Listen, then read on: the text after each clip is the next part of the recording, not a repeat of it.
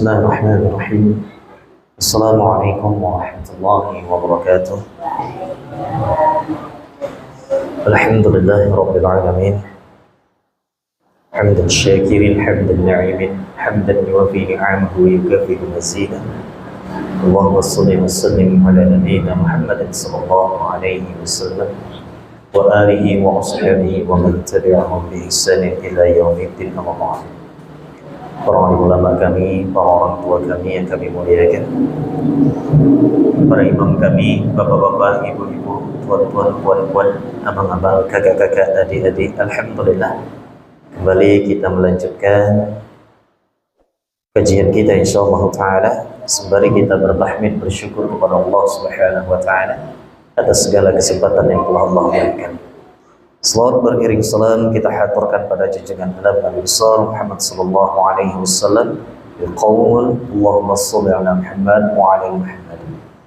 Tuan-tuan puan-puan yang saya muliakan, melanjutkan kajian kita masih tentang masalah sesi fikih salat, dan kita sudah masuk insyaallah pada sesi yang keempat. Sesuai janji, karena kita sudah membahas tentang tata cara bertakbir, kita juga sudah membahas tentang beragam hal yang sebelum membaca Al-Fatihah. Dan kita juga sudah membahas pekan lalu, terima kasih, kita sudah membahas pekan lalu bahwa disunnahkan mengucapkan kalimat isti'adzah, atau bahasa yang sering kita dengar ta'awuz. Ta'awuz itu kalimat berlindung kepada Allah dari godaan syaitan yang terkutuk. Dan ternyata di dalam fikih salat, sebelum kita mengucapkan Al-Fatihah, maka kita disunnahkan berta'awuz fi kulli raka'atin, setiap rakaat pertama. Setiap rakaat pertama. Kalau kita salatnya 4 rakaat, maka dimulai di rakaat yang pertama. 1, 2, 3 itu tidak perlu diucapkan a'udzubillah lagi. Apalagi mengucapkan a'udzubillah ketika waktu rukuk. Misalnya ketika rukuk, a'udzubillahi minasyaitonir rajim, subhana rabbiyal azim wa bihamdihi. Tidak, itu tidak diperlukan. A'udzubillah hanya diucapkan di rakaat pertama setelah membaca doa istiftah sebelum membaca surah Al-Fatihah. Nah, dalam salat itu ada yang namanya kekhusyukan. Karena ini termasuk dari 3 rukun salat yang menjadi fondasi dasar bahwa seorang hamba tidak dikatakan orang yang melalaikan salat. Dan nomor 3 adalah tentang permasalahan kekhusyukan. Dari beragam kitab yang telah kita baca tentang bagaimana metode khusyuk dalam salat, semua kitab tersebut sepakat nomor wallahu alam nomor berapa, semua kitab itu ada satu kata, satu kalimat, yaitu memahami apa yang ia baca untuk menjalin kekhusyukan di dalam salat. Oleh karena itu sangat perlu kita membahas tafsir isti'adzah ini. Kemudian nanti kita lanjutkan kepada tafsir surah Al-Fatihah. Namun sebelum kita masuk tafsir surah Al-Fatihah, kita bahas nanti tentang fikih surah setelah surah Al-Fatihah. Bagaimana sifat surah Nabi sallallahu alaihi wasallam ketika telah membaca surah Al-Fatihah.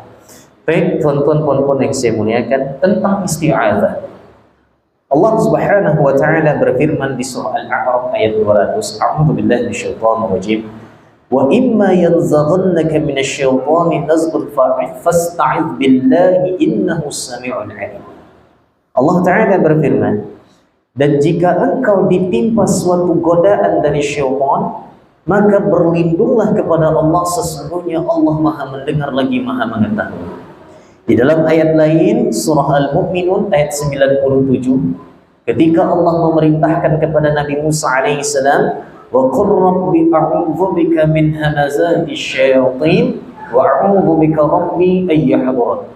Katakanlah wahai Nabi Musa, ya Tuhanku, aku berlindung kepadamu dari bisikan-bisikan syaitan, dan aku berlindung pula kepadamu wahai Tuhanku dari kedatangan mereka kepadamu. 2 ayat ini sudah menjadi cukup bahwa Allah Ta'ala memerintahkan kita untuk berlindung kepada Allah dari gangguan-gangguan syaitan, baik itu sifatnya di salat ataupun sifatnya di yang lainnya. Ketika seorang hamba marah, ketika dia terkena waswas, ketika dia diganggu dengan keburukan, maka ucapkanlah a'udzu billahi minasyaitonir rajim. Dan kalimat isti'adzah ini namanya kalimat isti'adzah, sedangkan inna lillahi wa inna ilaihi raji'un ini disebut dengan kalimat istirja. Baik. Adapun kalimat isti'adzah ini memiliki beragam lafaz pembacaan. Yang umum yang sering kita bahas adalah a'udzu billahi minasyaitonir rajim. Yang kedua adalah seperti misalnya a'udzu billahis samii'il 'aliim minasyaitonir rajim wa hamzihi wa nafthihi wa nafsihi. Ini kalimat isti'adzah yang paling lengkap. Sekali lagi, a'udzu billahis samii'il 'aliim minasyaitonir rajim wa hamzihi wa nafthihi wa nafsihi. Ini kalimat isti'adzah yang paling lengkap. Makna isti'adzah, makna kalimat a'udzu billahi minasyaitonir rajim itu maknanya adalah astajiru bi janabillahi minasyaitonir rajim. Aku berlindung di bawah naunganmu wahai Allah dari godaan syaitan yang terkutuk, ayyadurrani fi dini aw dunyaya, agar syaitan itu tidak dapat memberikan mudarat kepada agamaku, dan juga syaitan itu tidak dapat memberikan mudarat kepada duniaku. Berarti dalam tafsir ini menyebutkan bahwa berlindung kepada Allah dari gangguan syaitan yang sifatnya duniawiyah itu juga diperbolehkan. Itu juga diperbolehkan. Apalagi dalam perihal perkara agama. Puan-puan yang saya muliakan. Kita lanjutkan. Aw yasuddani an fi'li ma umirtu bih, aw yahussani ala fi'li ma nuhitu anhu. Aku juga berlindung kepadamu ya Allah agar syaitan itu tidak dapat menghalang-halangi diriku untuk mengerjakan apa yang diperintahkan kepadaku. Dan aku juga berlindung kepadamu ya Allah agar syaitan itu tidak dapat mendorongku mengerjakan hal-hal yang dilarang olehmu. Ini kalimat dari a'udzu billahi minasyaitonir rajim. Dalam salah satu kata, tuan-tuan, puan-puan memohon kepada Allah dengan beragam hal. Hanya dengan mengucapkan a'udzu billahi minasyaitonir rajim, tuan-tuan, puan-puan berlindung kepada Allah dari gangguan syaitan, godaan syaitan, kehadiran syaitan, mudarat yang diberikan oleh syaitan kepada agama dan dunianya, dan juga berlindung kepada Allah agar syaitan itu tidak menghalang-halangi kita dari melakukan kebaikan, dan berlindung kepada Allah dari syaitan agar syaitan tidak mendorong kita melakukan kemaksiatan. Hanya dengan satu kalimat. Karena itu saya termasuk orang yang tak percaya di film-film horor muncul syaitannya di hadapan dia, lalu ucapkan a'udzu billahi minasyaitonir rajim, tak hilang-hilang.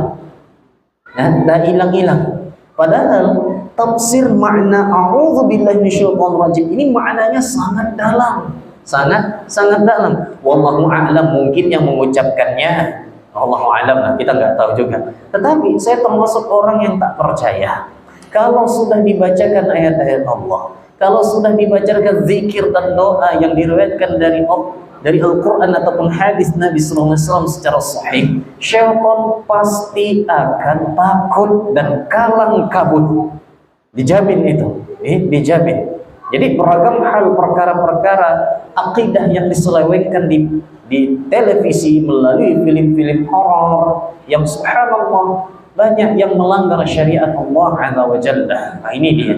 Dan itu ditonton oleh khalayak ramai menjadi sebuah kebenaran yang baku. La haula wala quwwata illa billah. Baik, sebelum kita masuk kepada pembagian isti'azah, kita bahas dulu tentang manfaat ta'awuz atau isti'azah. Apa manfaatnya kalau kita membaca tersebut? Misalnya, ketika kita ingin membaca Al-Quran, apa faedahnya kita dianjurkan mengucapkan a'udzubillah? Kemarin pernah kita pelajari tuan-tuan yang saya muliakan.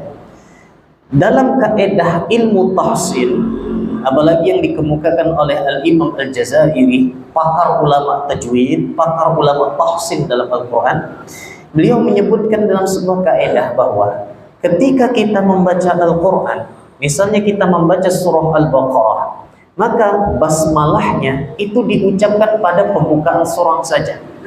Ketika kita sudah selesai membacanya, ternyata surah Al-Baqarah itu belum khatam, dan kita ingin melanjutkan di hari selanjutnya, maka tidak masalah tidak mengucapkan basmalah, namun tetap disunnahkan mengucapkan isti'adzah. Karena sebagian ulama tahsin berpendapat basmalah hanya dianjurkan diucapkan ketika membuka surah baru. Jadi kapan baca basmalah lagi? Ketika sudah sampai surah Ali Imran. Tetapi saya termasuk orang yang berpendapat bahwa saya memegang pendapat basmalah itu tetap dianjurkan dibaca setiap membuka Al-Quran. Karena ada hadis yang umum, sesuatu yang dimulai dengan basmalah keberkahannya lebih banyak, insyaallah ta'ala. Tetapi di sini para ulama tahsin sepakat, isti'azah tetap dianjurkan diucapkan untuk ketika membaca Al-Quran. Bahkan ketika kita sedang membaca Quran ini, biasanya nih bapak-bapak lagi baca Quran, tiba-tiba istri manggil, istri manggil, maka bagaimana posisi kita? Apakah kita memotongnya lalu berbincang dengan istri, ataukah kita tetap melanjutkannya? Kalau menurut adab yang di dalam kitab At-Tibyan dan lain sebagainya, jangan dipotong, lanjutkan bacanya. Istri harus paham, ya, istri harus paham suami sedang membaca Al-Quran. Atau kebalikannya juga, ya. Kemudian, tapi kalau misalnya perkara itu perkara yang penting, memang harus dibincangkan di tengah-tengah membaca Al-Quran, maka berhentilah sejenak, bincangkan perkara tersebut. Ketika sudah selesai, ulangi ta'awuznya, a'udzubillahi minasyaitonir rajim, baru lanjutkan baca Quran. Karena manfaatnya sangat luar biasa. Al-Imam Ibnu Katsir mengatakan, wa min ladha'ifil isti'adzah, adapun salah satu faedah ta'awuz atau isti'adzah, annaha taharatun lil thani mimma kana yata'atahu min al-lagwi war-rafathi wa tatyibul lahu wa tahayyubul litilawati kalamillah, yaitu untuk membersihkan apa yang telah diucapkan oleh mulut, membersihkan apapun yang diucapkan oleh mulut, seperti perkataan-perkataan yang tidak bermanfaat, apalagi perkataan-perkataan yang kotor, untuk mewangikannya sebelum membaca kalam Allah. Allah Akbar. Kemudian manfaat yang lainnya, Al-Imam Ibnu Katsir melanjutkan, wa hiya isti'anatun billahi wa'tirafun lahu bil qudrati wal 'abdi bid dha'ifi wal 'ajzi an qawamati hadzal 'aduwwil mubinil batilil.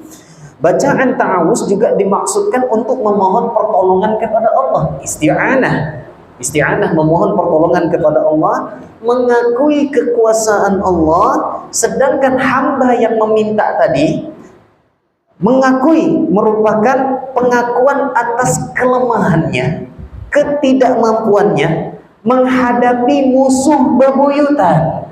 Jadi syaitan itu musuh bebuyutan kita, Bapak Ibu. Jadi jangan pernah takut dengan mereka. Jangan pernah takut dengan mereka. Itu musuh bebuyutan kita. Ulama yang mengatakan.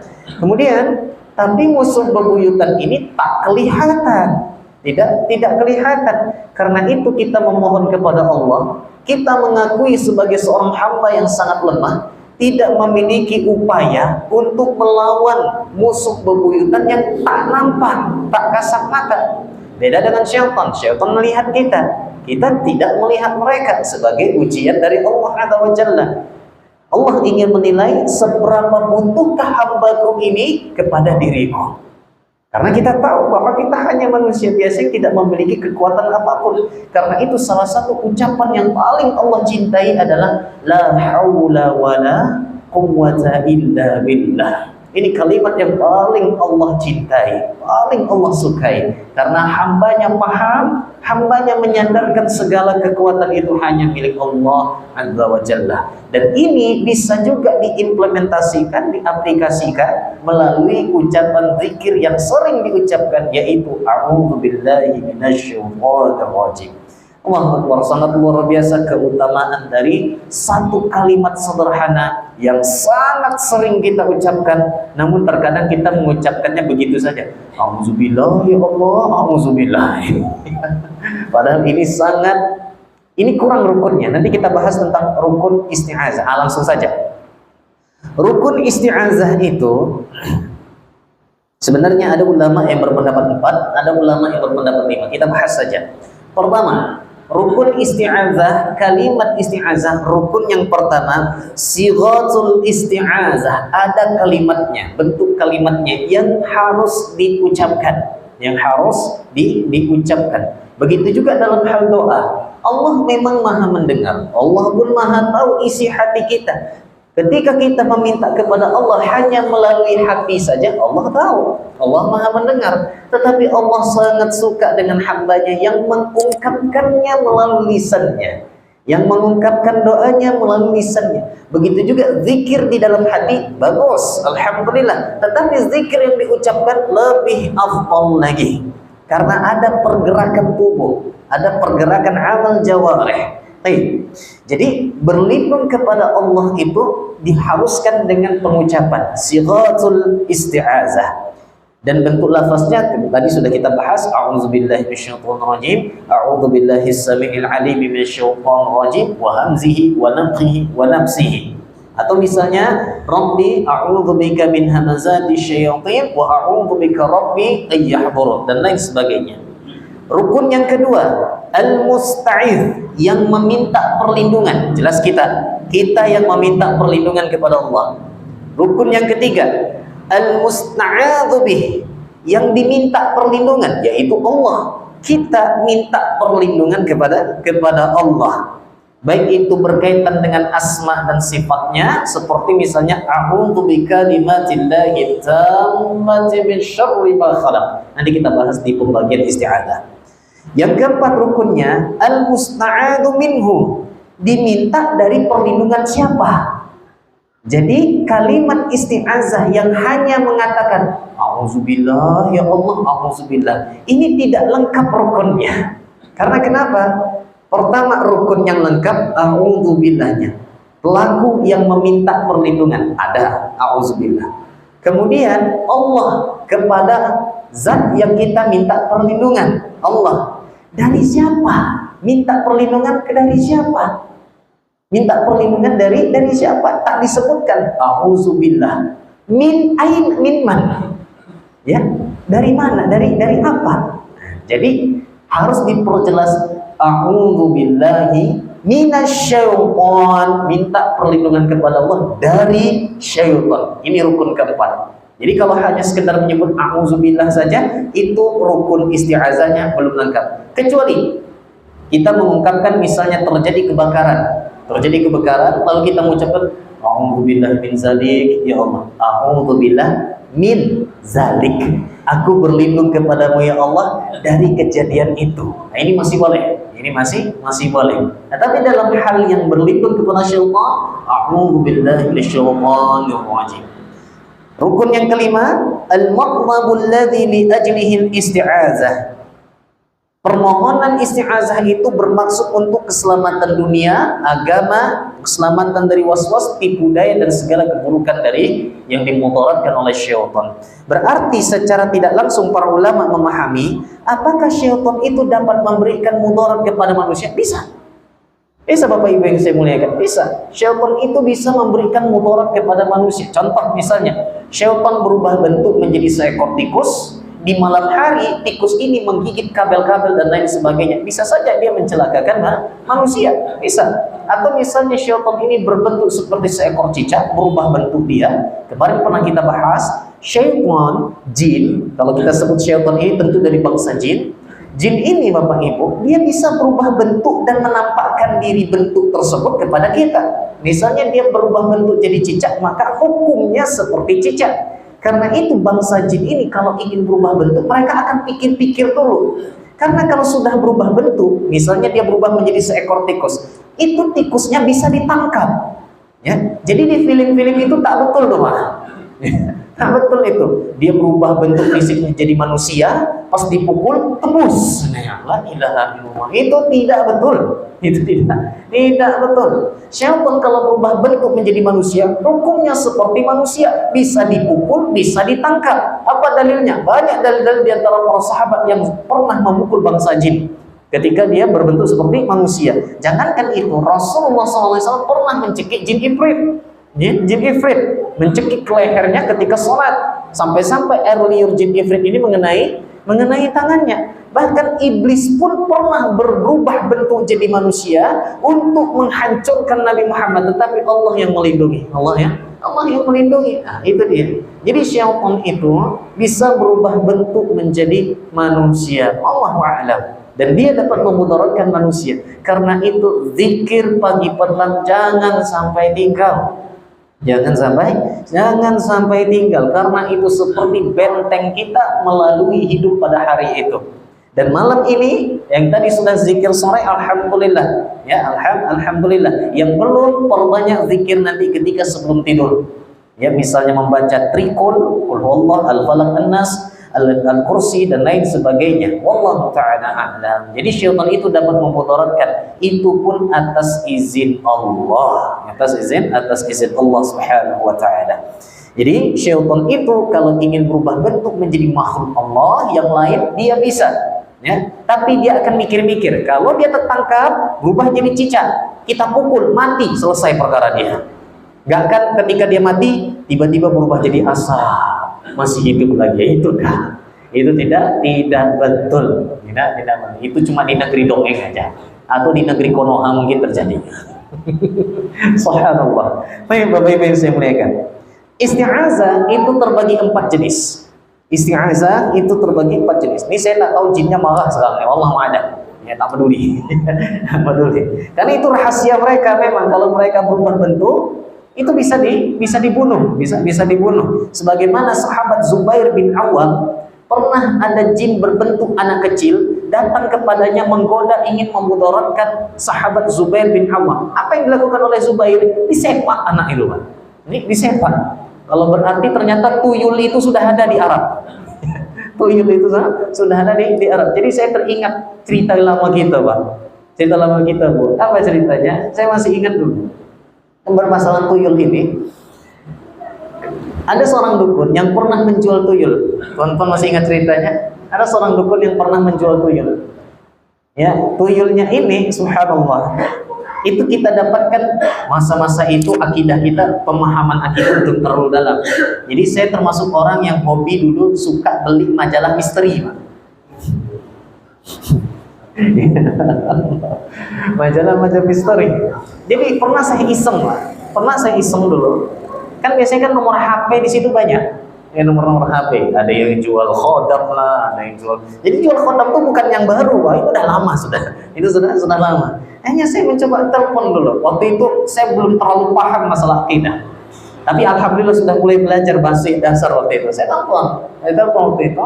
Dia jual tuyul. Tuyulnya ada 2 jenis. Pertama tuyul lokal, yang tuyul asli Indonesia yang dia tangkap. Yang kedua tuyul dari Mesir, ASEAN Mesir. Tuyul dari Misra, dari Mesir yang mereka sebut dengan gaul. Allahu a'lam. Kalau tuyul lokal itu maharnya. Waktu saya bilang berapa harganya? Oh, Ananda tak boleh menyebut harga, tapi sebut dengan istilah mahar. La ilaha illallah. Macam nak nikah dengan tuyul lah jadi. Ini disebut berapa maharnya? Kalau tuyul lokal itu kisaran 3 juta sampai 5 juta. Nah, ini mahar tuyul lokal. Kalau tuyul Mesir itu maharnya antara 13 juta sampai 15 juta. Jadi selisih 10 juta. Saya tanya, apa perbedaannya? Kalau tuyul lokal itu kalau dia ngambil uang masih bisa kedapatan, ya masih bisa ketahuan, larinya nggak cepat. Tapi kalau tuyul Mesir sekali ngambil seperti kilat katanya sampai ke rumah. Subhanallah. Allahu Akbar. Itu akhirnya saya tanya, minta izin nih Pak, ya saya bilang kalau memang tuyul Mesir itu sedemikian rupa kekuatannya, tolong selesaikan hutang-hutang di Indonesia nih. Tolong selesaikan hutang-hutang di Indonesia. Kenapa bapak tersebut juga nggak kaya-kaya juga? Kenapa dia katanya kan banyak di dalam isi botolnya itu semuanya peliharaan tuyul dia? Kenapa nggak dia tebarkan kemana-mana? Pergi ke Amerika sana, ambil dolar-dolar sana, selesaikan hutang kita. Biar kita tidak lahir nanti anak bayi tidak nanggung hutang 20 juta lagi.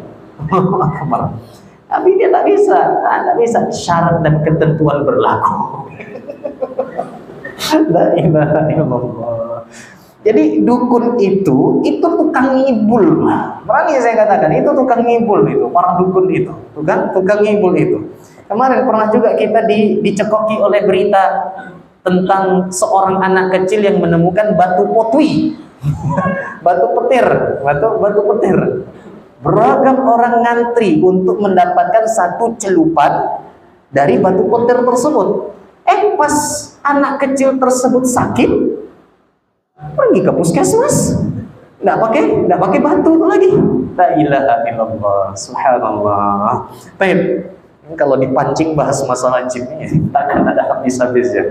Ini malah dia di sama saya ini. Ya Allah, malam saya tak tahu. Saya tidak tahu. Saya tak dapat melihat, Pak. Kalau ada di antara tuan-tuan puan-puan yang bisa melihat cepat-cepat di ruqyah. Cepat-cepat nih di ruqyah. Itu bukan sebuah keistimewaan. Dunia mereka, dunia kita. Kecuali dia menampakkan diri sengaja untuk mencelakakan kita, lawan. Jangan lari.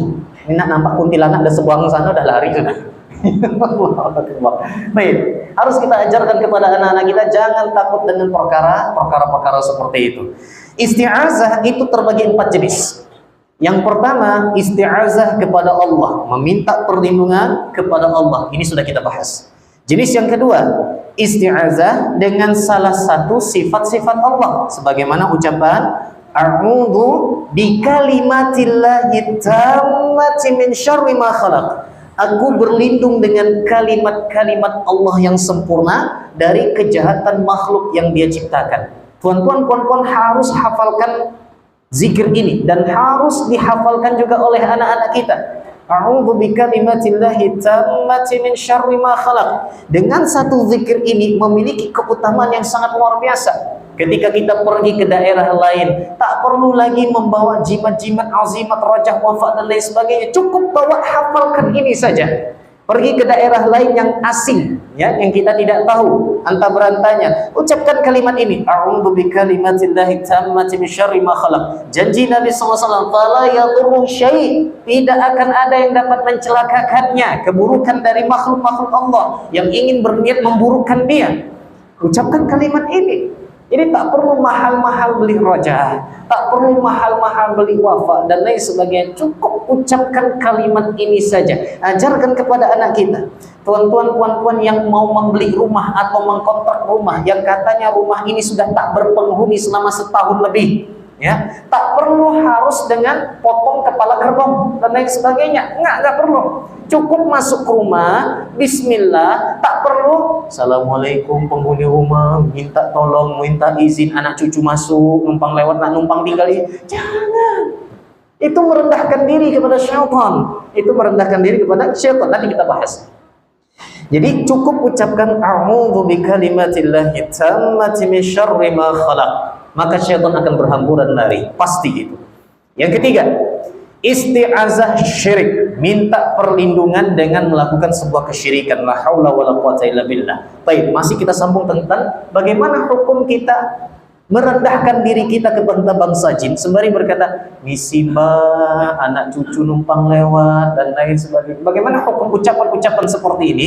Baik, dalam surah Jin ayat 6 Allah Ta'ala berfirman, wa annahu kana rijalun minal insi ya'uduna birijalin minal jinni wa zaduhum rahaqa.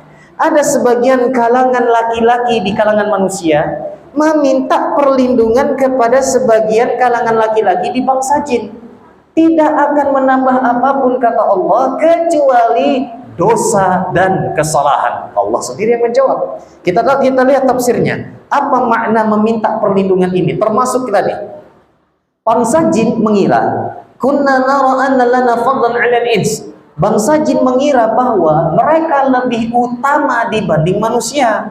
Li'annahum kanu ya'uduna bina. Karena bangsa manusia suka berlindung kepada kami, suka merendahkan diri kepada kami. Iza nazalu wadiyan aw makanan muhishan minal barari ghairiha. Seperti mereka kalau turun ke sebuah lembah atau datang ke sebuah tempat yang katanya angker seperti hutan dan tempat-tempat lainnya, mereka minta izin dengan kami, mereka minta perlindungan kepada kami, kama kana adatun arabi fi jahiliyatiha, sebagaimana kebiasaan orang Arab jahiliyah. Allahu akbar. Ternyata kebiasaan ini adalah kebiasaan orang-orang jahiliyah. Ya'udhu bi'azimi dhalikal makani minal janni ayusibahum bisyai'in yasu'uhum. Mereka meminta perlindungan, numpang lewat kepada pemimpin jin di tempat mereka beristirahat agar mereka tidak diganggu olehnya.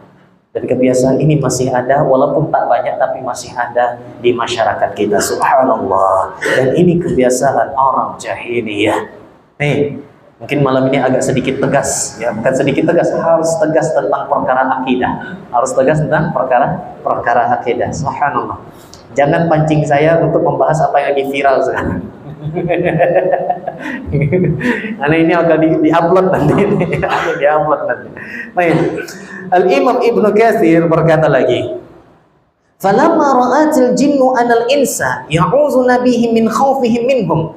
Ketika jin melihat bahwa manusia itu selalu minta perlindungan kepada mereka karena takut kepada mereka, fazaduhum rahaqa. Dalam ayat tadi maknanya khaufan wa irhaban wa dha'ran. Ketika mereka minta perlindungan kepada bangsa jin, minta permisi dengan bangsa jin, justru bangsa jin itu akan menambahkan ketakutan kepada mereka, kengerian kepada mereka, dan Allah akan mengkejutkan hatinya. Fazaduhum rahaqa. Bukankah begitu yang terjadi di tengah-tengah masyarakat? Semakin takut dengan jin, semakin minta ampun dengan jin. Ampun, jangan ganggu anak cucu, numpang lewat aja, numpang tidur sini bentar aja. Bahkan makin banyak kejadian-kejadian bisnisnya. Ya subhanallah. Bahkan ada yang pernah cerita dulu, teman saya, waktu dia berjaga di sebuah gedung di Pekanbaru, dia ini memang orangnya luar biasa takut. Ya, dia minta solusi kepada saya. Pernah satu malam itu dia mendengar suara cekikikan perempuan luar biasa. Makin lari dari makin lari, padahal ruangan tersebut kosong. Kemudian esok harinya dia minta tolong dengan saya waktu itu dan lain sebagainya. Pada akhirnya kami sepakat saya akan menemani beliau waktu itu. Ya. Kemudian saya minta tolong mana ruangan yang memang terindikasi ada suara cekikan itu. Ini ruangannya, memang ruangannya agak sedikit gelap, lampunya entah lampu 5 watt. Wallahu a'lam. Pas di situ tinggal kita bacakan saja, amanar rasulu bima unzila ilaihi min rabbih wal mu'minun la yukallifullahu nafsan illa wus'aha. Dua ayat ini sudah membuat kabur para syaitan. Saya mengatakan ini tuan-tuan puan-puan yang saya muliakan, semoga Allah jauhkan dari kesombongan. Kita tidak, ya hanya Allah yang tahu isi hati saya. Ini ucapan kalimat bahwa menjadikan bangsa jin itu sebagai musuh, sebagaimana Allah katakan inna syaitana lakum aduun fattakhidhuhu aduwa. Sesungguhnya syaitan itu musuh kalian, jadikan mereka musuh. Kepada musuh jangan berlemah lembut, kepada musuh tidak boleh berlemah lembut.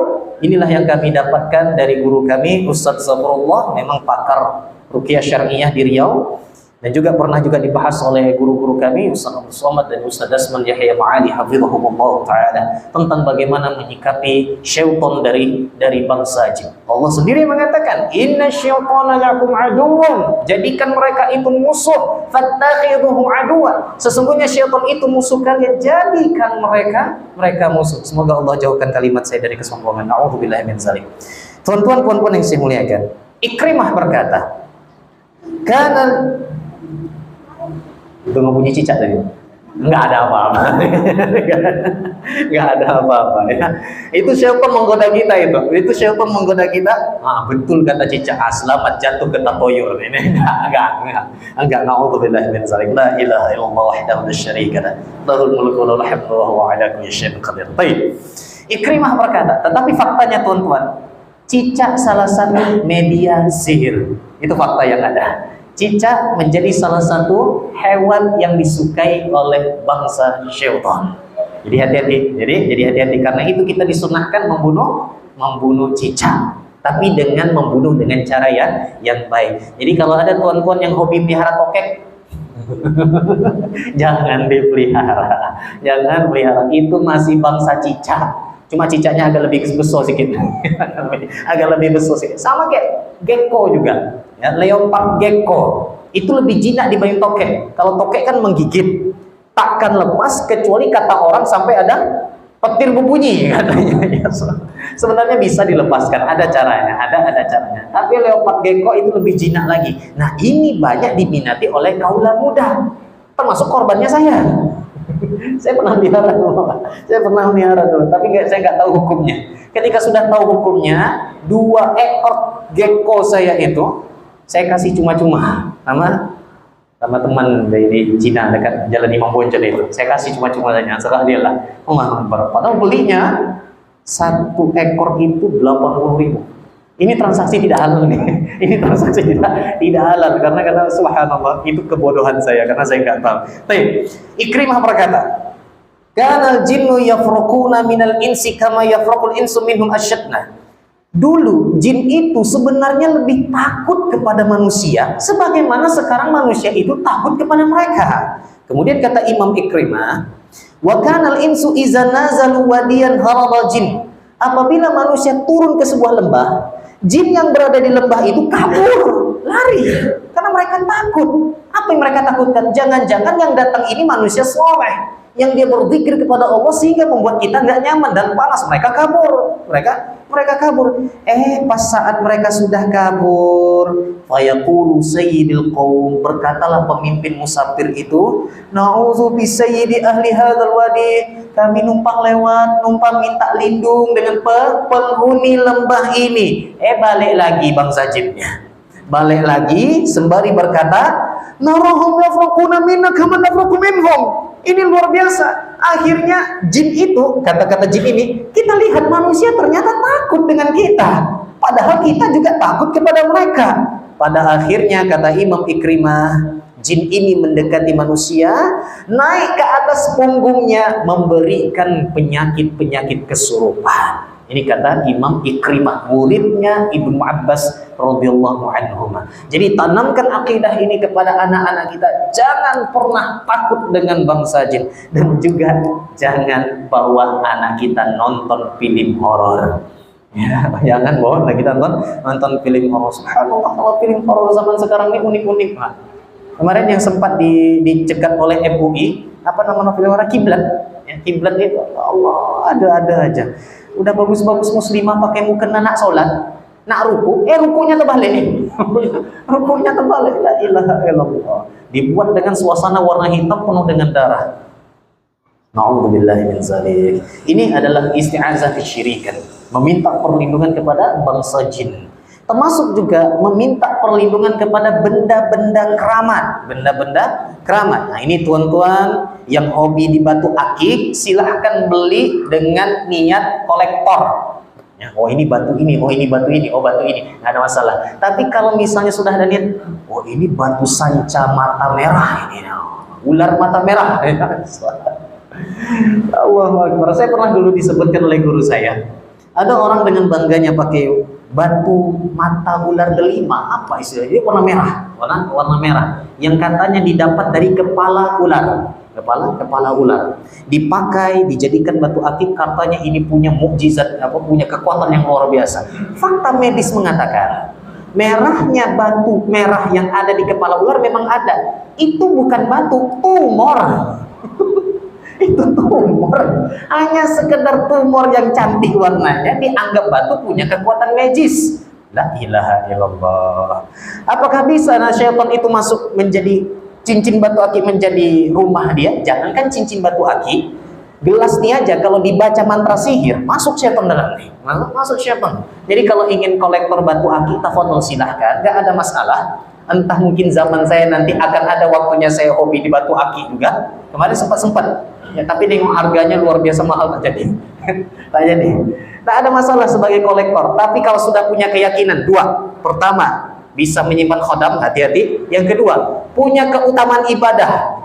Bapak Ibu, perlu kita pahami, ada memang hadis-hadis keutamaan pakai batu akik itu ada, Pak. Ada dalilnya, ada. Tapi semuanya hadisnya palsu. Jangan diyakini, semua hadisnya itu palsu. Nah, ini dia. Jangan sampai hadis-hadis palsu ini terdengar sama penjual batu akik. Nanti kena dari hadis-hadisnya ini. Baik, kita lanjutkan. Kemudian tadi kita minta untuk tidak berlindung kepada benda-benda keramat. Karena kenapa? Baik. Berlindung kepada benda-benda keramat atau berlindung kepada bangsa jin ini termasuk kebiasaan jahiliyah, dan Nabi mengatakan la tattabi'unna sanana alladziina min qablikum shibran bi shibrin wa dhira'an bi dhira'in. Sesungguhnya kalian pelan-pelan akan mengikuti kebiasaan umat-umat terdahulu.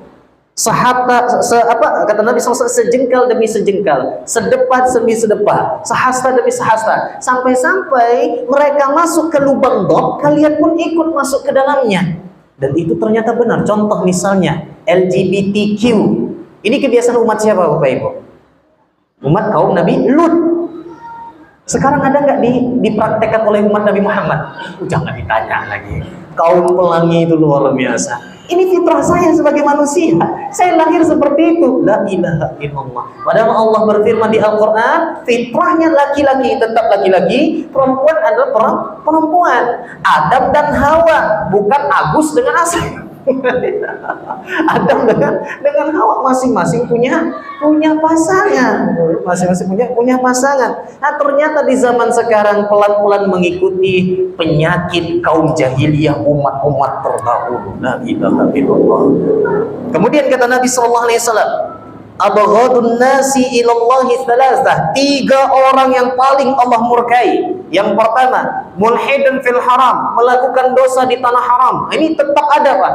Bapak Ibu yang pernah pergi ihram, pernah pergi umrah, akan ketemu walaupun di tanah haram tetap ada penipuan. Saya termasuk korbannya. Korbannya. Datang di Masjidil Haram, Pak. Saya duduk dengan ayah saya. Datang orang.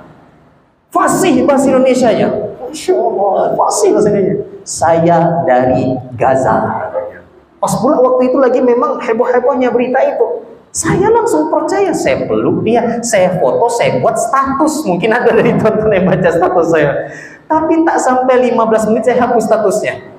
Ya, ternyata dia mengaku kuliah dapat beasiswa di Ummul Qura. Ya, kemudian dia minta sedekah untuk kehidupan dia dan istrinya.